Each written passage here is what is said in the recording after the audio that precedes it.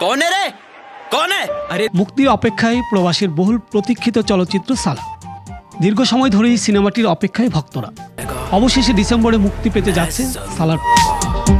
ইতিমধ্যে জানা গেছে 2 কিস্তিতে নির্মাণ হতে যাচ্ছে সালার, যার প্রথম কিস্তি সালার সিজফায়ার মুক্তি পেতে যাচ্ছে 22 ডিসেম্বর। বক্স অফিস ও ভারতীয় গণমাধ্যমের প্রতিবেদন অনুসারে সিনেমাটি নির্মাণ খরচ হয়েছে 400 কোটি রুপি। সালার সিজফায়ার এ প্রভাস তার প্রধান ভূমিকার জন্য 100 কোটি রুপির মোটা পারিশ্রমিক নিচ্ছেন। বাহুবলী তারকা সিনেমাটির লাভের অংশ হিসেবে আরও 10% পাবে বলেও জানা গেছে।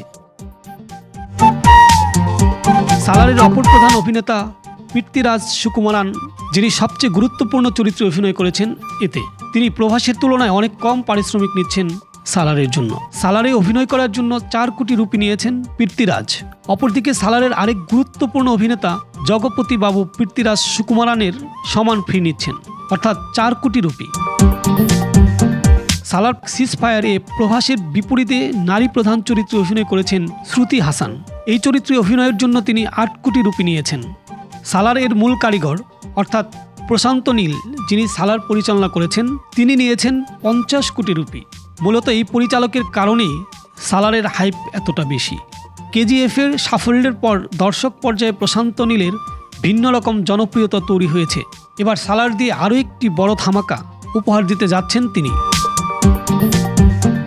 হম্বলে ফিল্মস প্রযোজিত সালার 2 কিস্তিতে নির্মাণ হতে যাচ্ছে। প্রথমটি মুক্তির অপেক্ষায়, দ্বিতীয় কিস্তির বিষয় এখনও বিস্তারিত প্রকাশ হয়নি।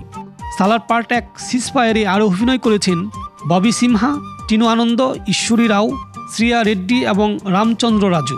22 ডিসেম্বর মুক্তি পাবে সালার। ফরিদুল ইসলাম অপু, আনন্দ টিভি।